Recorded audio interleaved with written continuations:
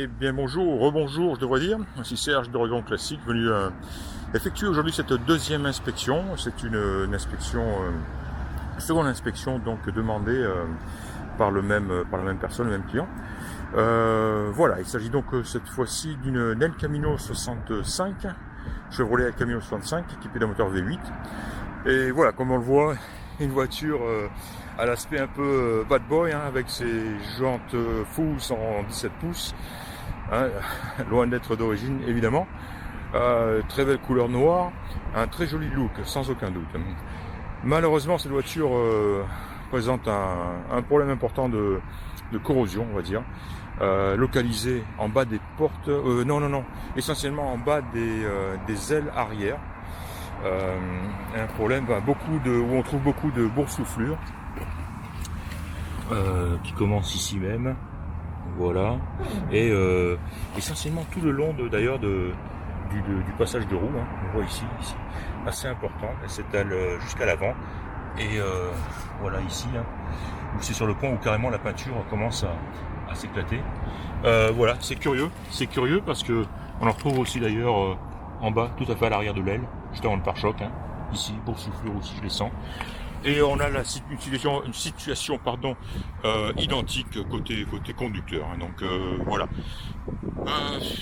Que dire je ne pense pas que les gens de Memory Lane étaient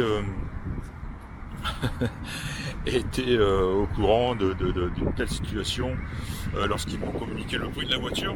Et de toute évidence, ce prix va être revu à la baisse, hein, par rapport au prix que je vous ai annoncé. Parce que bon, ils sont tout à fait conscients que ils vont être confrontés eux à ce problème de rouille, et il y a de grandes chances que la voiture finisse chez un carrossier pour en fait reprendre ceci. Je m'excuse, je suis interrompu par un passage de canards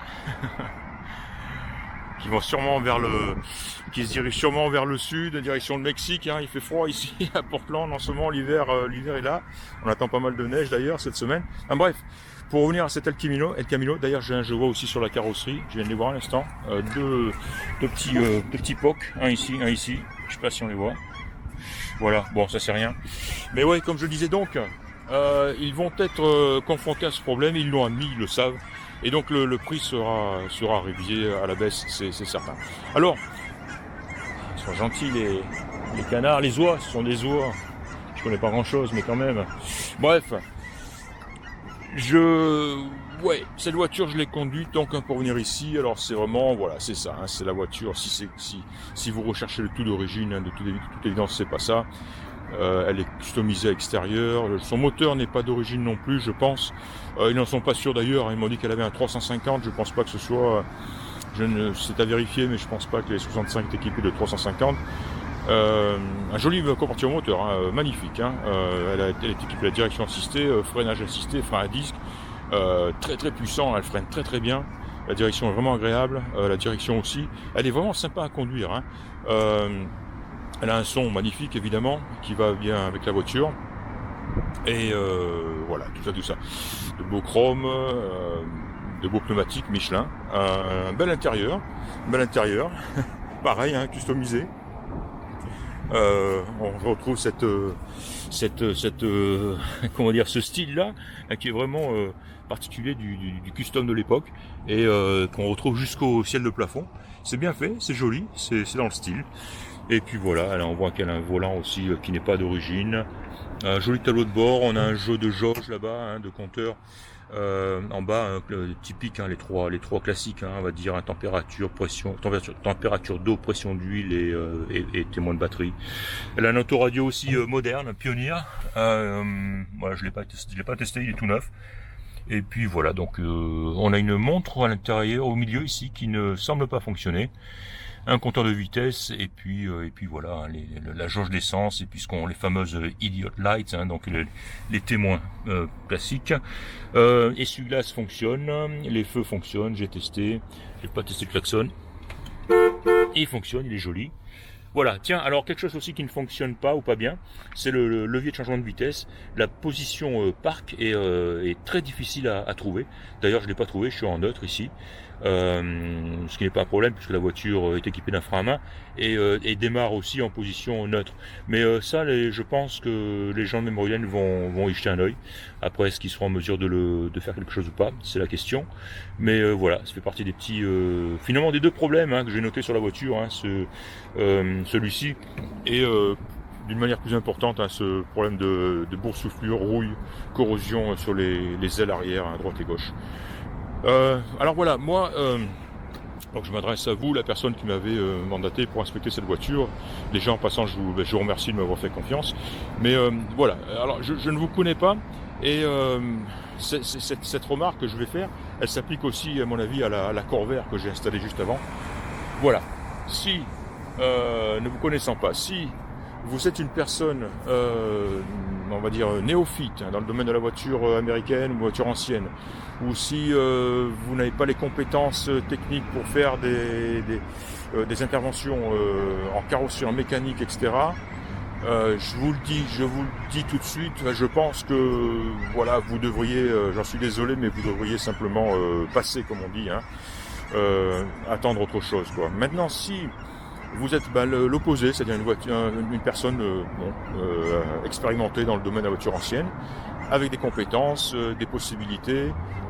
Ces deux voitures ont toutes les deux un certain potentiel, c'est évident. L'une, la Corvair, parce que par le fait que c'est une petite voiture pas chère malgré tout, qui fonctionne très très bien.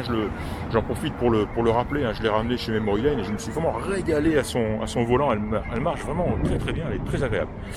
Bref, donc cette Corvair et celle-ci, deux voitures à mon avis qui ont un bon potentiel. Celle-ci, bien sûr, par son aspect badass, comme on dit, ou bad boy, comme vous voudrez, quoi, sans aucun doute. C'est une voiture qui est, elle excite ça se voit quand on roule, au passage. Hop, tiens, elles sont revenues, elles sont de retour. Une voiture qui voilà, que bien sûr, qui impressionne, qui plaît beaucoup, ça, sans aucun doute. Elle a un look fantastique et un bruit qui va avec. Voilà, donc en gros, moi, c'est ma perception des choses. On en parlera si vous voulez au téléphone, sans aucun problème.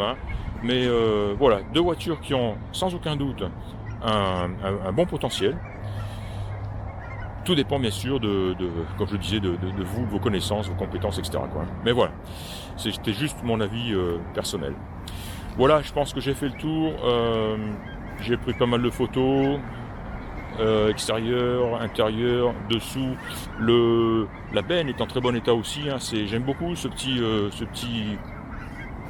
petite bâche avec pression pour protéger la benne. C'est joli en plus et ça fait, ça laisse une benne en très bon état.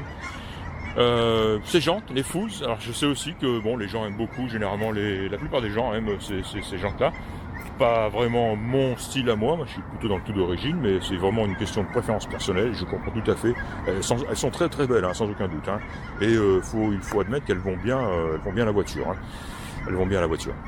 Voilà, à noter aussi, c'est du 17 pouces, et en arrivant ici, donc en braquant les roues tout à fait, mais à fond, elles ont commencé les pneus ont commencé à frotter la tôle côté passager ici. Voilà, c'est tout. Mais vraiment, encore une fois, braqué à fond. Dès qu'on revient un tout petit peu, ça ne se produit plus. Voilà, c'est dommage ces problèmes de boursouflure de rouille, parce que la peinture est très très belle. Cette peinture noire est magnifique, elle est brillante, elle est solide, elle est bien tendue. C'est une belle peinture. Alors, qu'est-ce qui s'est passé? Probablement une mauvaise préparation, j'imagine, au niveau des ailes arrière. Bizarrement, parce que on retrouve ça nulle part ailleurs, je le confirme. Le bas des portes est nickel. Cette partie-là, les ailes avant sont en très bon état aussi. Je ne veux pas me tromper, je vais en être sûr, mais il me semble que de l'autre côté aussi, c'était le cas. Voilà, là aucune boursouflure sur les ailes avant. D'ailleurs, ça sonne bien, ça sonne la tôle. Ça se trouve, elles ont été remplacées. Et les portes aussi. C'est vraiment situé au passage de roue arrière. Voilà. Les glaces sont en très bon état. Essuie-glace fonctionne. Je vous la mets en marche pour apprécier son très joli son. Alors, je m'installe. On est en neutre. Contact. Démarrage.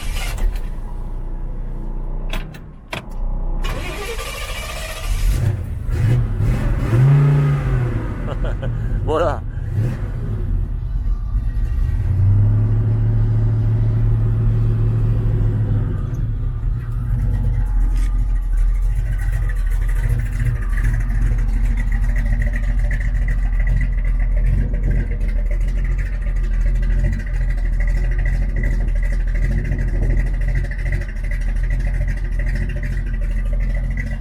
Voilà ce que ça donne, hein. Bon gros 28, un bon gros V8 qui tourne bien. Et d'ailleurs la voiture est agréable à conduire aussi, hein. Elle accélère franchement. Sur route mouillée comme ça, il faut être très prudent, il faut être doux sur la pédale. Elle en veut, elle a de la pêche sans aucun doute, hein. Comme je l'ai dit, elle a un freinage monstrueux et une bonne direction, transmission tout aussi fonctionne bien. Donc au niveau conduite, elle est bien. Simplement les suspensions sont probablement un peu plus raides que celles d'origine. Et quand on passe dans les bosses, on l'entend, hein, on les sent, boum boum, ça tape un peu. Et on a ce bruit un petit peu, hein, de vibration dans de caisse, hein, qui est pas le plus agréable. Mais bon, ça va avec la voiture, ça va avec le style, malheureusement. Voilà, je vais m'arrêter ici, j'ai eu de la chance, il s'est arrêté de pleuvoir. Et je pense avoir tout dit, j'ai pris pas mal de photos, je vous envoie tout ça. Et puis voilà, c'est à vous de voir. Encore une fois, hein, on peut s'appeler si vous souhaitez en parler, sans aucun problème. C'était donc Serge de Dragon Classique, je vous remercie de m'avoir écouté, je vous dis à très bientôt, au revoir.